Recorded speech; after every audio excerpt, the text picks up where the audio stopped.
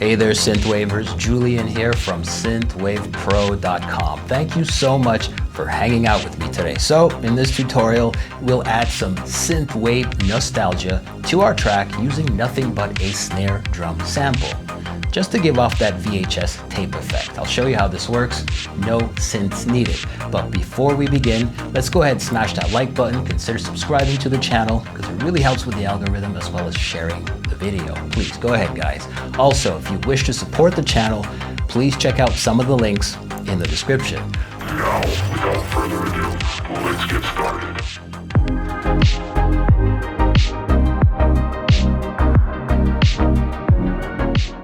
Hey guys, what is going on? Thank you so much for joining me. In this tutorial, we're going to create some ambient noise sound effects, basically. You know, it's always interesting to add your own touch to your own songs. And instead of using sort of pre-made white noise sound effects, you can always create your own. So that's exactly what you're going to do here in this tutorial. And you'll hear this a lot in synthwave music, where a lot of producers insert some white noise, especially at the beginning of a song, and then gradually they fade it out as the track develops, or they perhaps insert it again at let's say a break. All right, so that's what we're going to do here. I'm going to show you this cool little technique. All right, so it sort of forces us to become a little creative here, and this is just to sort of fill up the mix and evoke that nostalgia sort of VHS tape feel here. So this is what we're rocking here.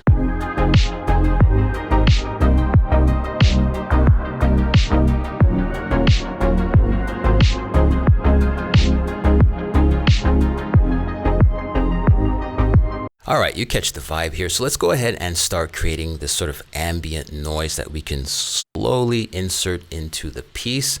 First things first, I am going to go ahead and create an audio channel here. And I'm going to create this sound using snare hits. And if you have any old snare hit, go ahead and do that. You don't have to use this particular snare hit. This is what this guy sounds like.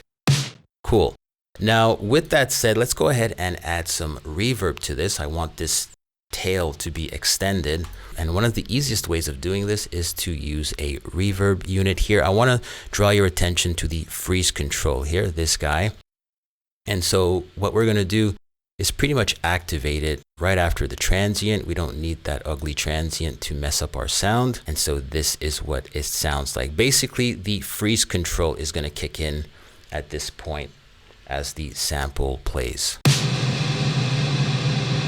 All right, cool. So we get that nice long cavernous effect. I might even go ahead and extend this a little longer. We don't need it to be this long. So the next step here is to record this. So I'm going to create yet another audio channel. I'm going to set the input as resample, arm the track, and this is what we are going to be recording.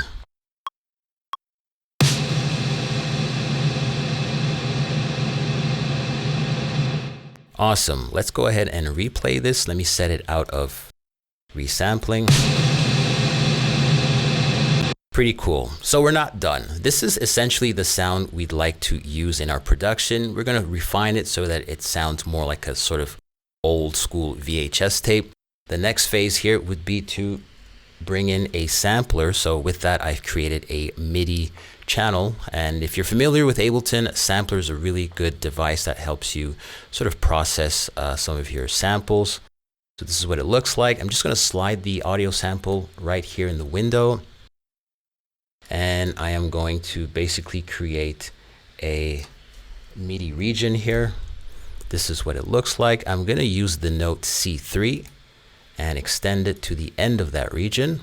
Maybe lower the volume. This is what it sounds like. So we're essentially playing this sample.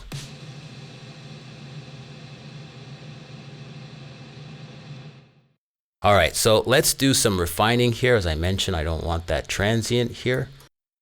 And let's see if we can find a nice little spot where we're going to loop the sample over and over so that we get this seamless white noise sound effect. To do that, let's turn our attention to the sustain control here. I'm going to put it at this algorithm. Adjust my loop brace markers here, and let's adjust the crossfade here so we get a seamless loop. Let me duplicate this. Turn up the volume so you can hear it.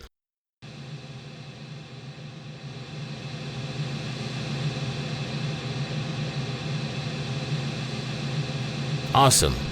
So that's nice and seamless. Now we have this seamless loop that we can work with. There are no gaps, no jumps. I'd like to process this a little more. So let's go ahead and do that. Let's remove some of the low end, maybe some of the top end. Remember, we're trying to emulate sort of old school tape. I don't need that fundamental here. And let's soften up the top. We want this to sort of be unassuming in the mix. Nice and sort of low key. There we go. It's starting to sound the way we think an old VHS tape should sound.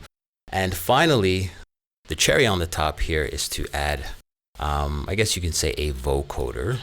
So this is what we're going to add right over here. And make some adjustments. All right. That sounds a little too wet, if you know what I'm trying to say here. So I'm going to dial this back. All right, maybe bump up the formant a bit.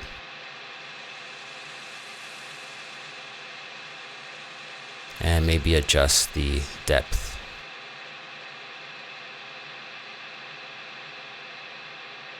You can even slide the vocoder before the EQ and see what you get. All right, so now that our sound is sort of usable, let's see if we can slide this at a key moment in our song. All right, let me get rid of some of these sound effects and let's start.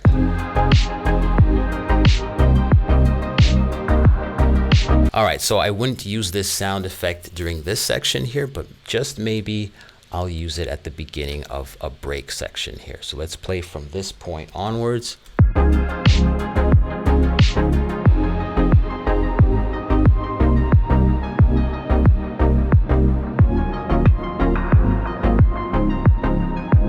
Let's do some A-Bing.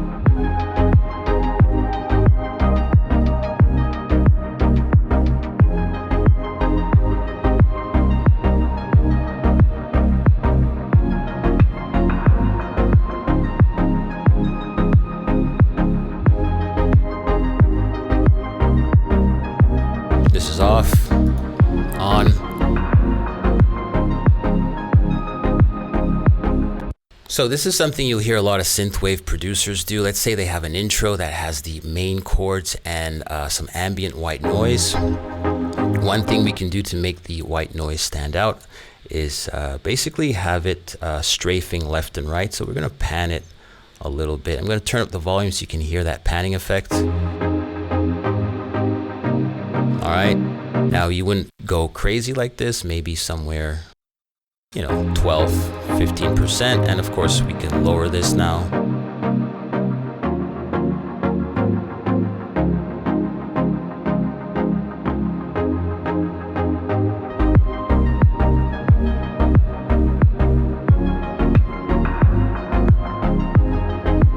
All right, so this is meant to be really subtle. Don't overdo it. Don't boost this too high. It's just there to add a little bit of texture, and it's certainly a great way to add your own touch to your own productions. So I hope this was helpful. If you liked the video, go ahead and smash the like button. If you like the sounds in this production here, you can get this from my retrowave preset pack as well as the drums.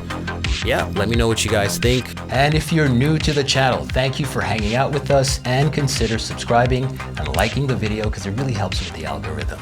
If you've been here since the very beginning, I know many of you have, really appreciate your continued support. That being said, stay safe, and I will see you next time. Bye for now.